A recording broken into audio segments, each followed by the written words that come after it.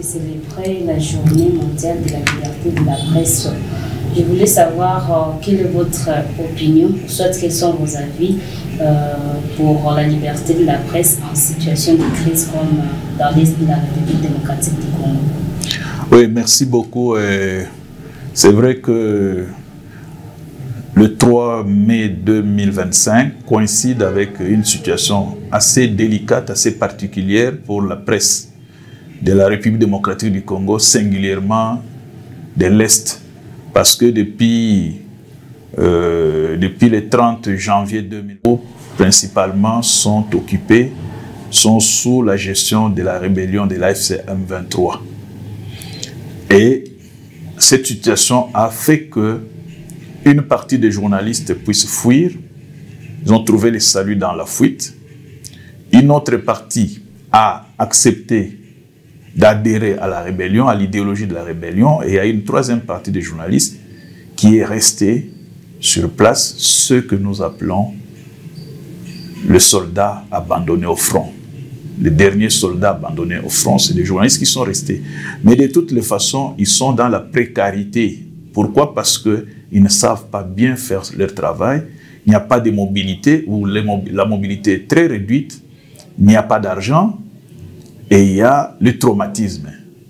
Mais ce qui est plus grave, c'est que le journaliste, aujourd'hui, le journaliste congolais, est partagé entre le patriotisme, la patrie à servir et une certaine indépendance, une certaine neutralité qu'on lui a enseignée.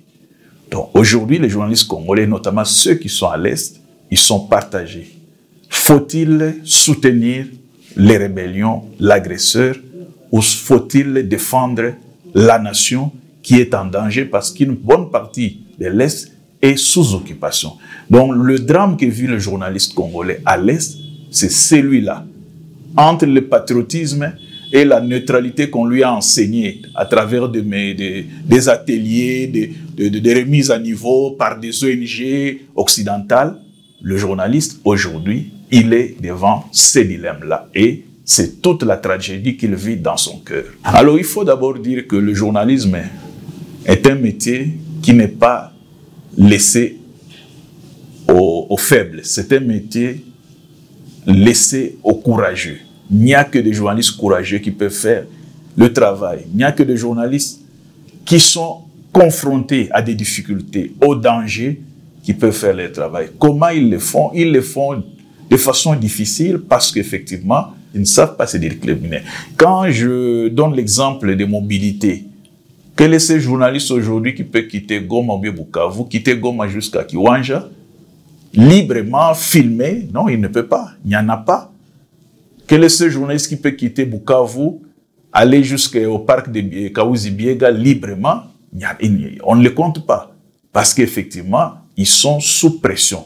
Donc, le journaliste est confronté à cette réalité d'un travail difficile, mais doublé à la précarité de manque de moyens.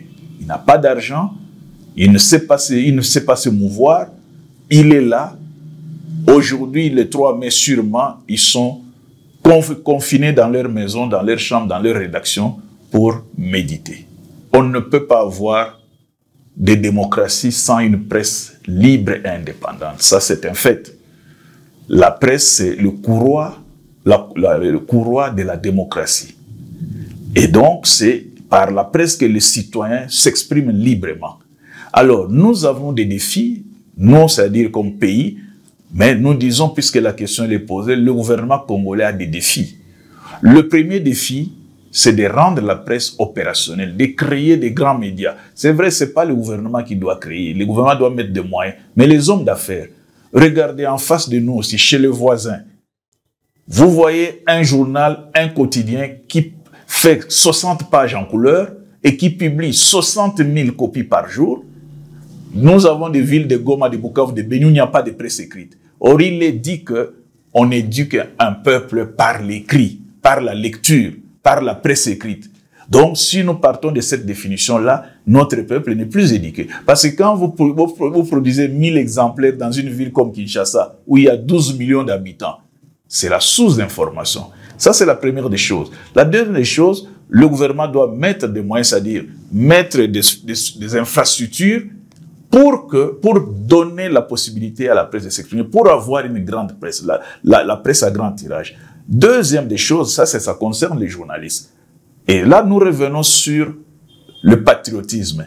Il n'est pas normal que les informations sur la RDC nous viennent de l'extérieur. Donc ça, c'est le grand défi. Le journaliste doit être la source d'information au Congo. Ce qui se passe au Congo, ce qui se passe à Goma, ce qui se passe à Rutshura, Kiwanja, Bunagana, devrait être libéré sur la place mondiale par la presse congolaise. Et non le contraire, parce que lorsque nous cessons d'être des sources d'information de ce qui se passe chez nous, nous copions ce qui vient de l'extérieur. Et les exemples sont là. On vous dit, la ville de Bunagana est tombée. Nous savons que Bunagana n'a jamais été une ville. Nous savons que dans la province du Nord Kivu, il n'y a que 3 villes. Goma comme la capitale, Butembo et Beni. Alors donc, lorsque nous copions, nous prenons les informations de l'extérieur, nous en faisons notre, nous pêchons. Un autre exemple, c'est la source d'information. Il nous a été enseigné qu'une source d'information doit être crédible. Mais lorsque les médias internationaux interrogent des villageois, sur base de quoi ils jugent de leur crédibilité, ils ne savent même pas quelle est leur tendance, quelle est leur idéologie, mais vous allez voir un média faire passer quelqu'un avec un fagot de bois ou je ne sais pas quoi pour dire « Ah, et voilà ici, ainsi de suite ». Donc, nous devons nous réinventer. La presse congolaise doit se réinventer pour être une presse autonome, une presse, comment dirais-je, une presse qui parle des affaires du Congo, une presse qui est un écho sur ce qui se passe sur la République démocratique du Congo. La presse, c'est la concurrence. Parce que l'ennemi du journaliste, l'ennemi d'une radio, ce n'est pas la radio à côté. L'ennemi, par exemple, de les coulisses, ce n'est pas le journal qui est à côté. L'ennemi de la presse écrite, c'est la non-lecture. Lorsque vous présentez des informations de mauvaise qualité, les gens ne vont pas vous lire. C'est ça l'ennemi. L'ennemi des 2 radios, c'est la concurrence. Ce sont les auditeurs qui vont faire les choix en disant « ça, je veux suivre, ça, je ne peux pas suivre ». Et ainsi de suite. Donc, nous devons nous battre. La vie est un combat. Il faut que la presse congolaise, et surtout la presse à l'Est, qui est une presse dominée par l'idéologie des ONG. Ça, c'est très grave. Ça, il faut se battre. C'est dans les ateliers à l'Est où on dit d'abord la neutralité, le journaliste est au-dessus des lois. Non. Le journaliste est d'abord citoyen de son pays. Lorsqu'on nous donne le passeport, il est bien dit passeport congolais.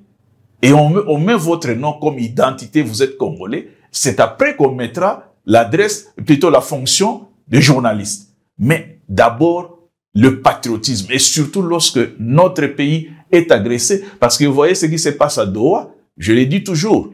Vous avez les États-Unis au chevet du Congo. Vous avez l'Union européenne à travers la France, au chevet du Congo. Vous avez l'Union africaine à travers le Togo, au chevet du Congo. Vous avez le Rwanda. Vous avez la CENCO et SCC. Mais tous ces cocktails-là, ça montre que le problème du Congo ne vient pas seulement du Congo, mais vient aussi de l'extérieur, des charognards et des prédateurs qui veulent effectivement balkaniser ces pays. Et si la presse ne comprend pas cela, si la presse gobe ce que la presse internationale occidentale donne comme information, nous n'allons pas sauver notre pays. Et ça, c'est très important. C'est pourquoi nous disons, lorsque le pays est agressé, le patriotisme doit primer. Quel est le message que vous donnez à tous ces journalistes qui, à ce net moment, ne savent pas comment reprendre leur métier de journalisme pendant cette situation de guerre? D'abord, un message de solidarité. Nous sommes solidaires, nous tous. Le deuxième message, c'est le message de courage. Le journalisme est un métier réservé aux courageux. Le troisième message, c'est le message de la résilience. Ne baissons pas les bras. Je vous remercie.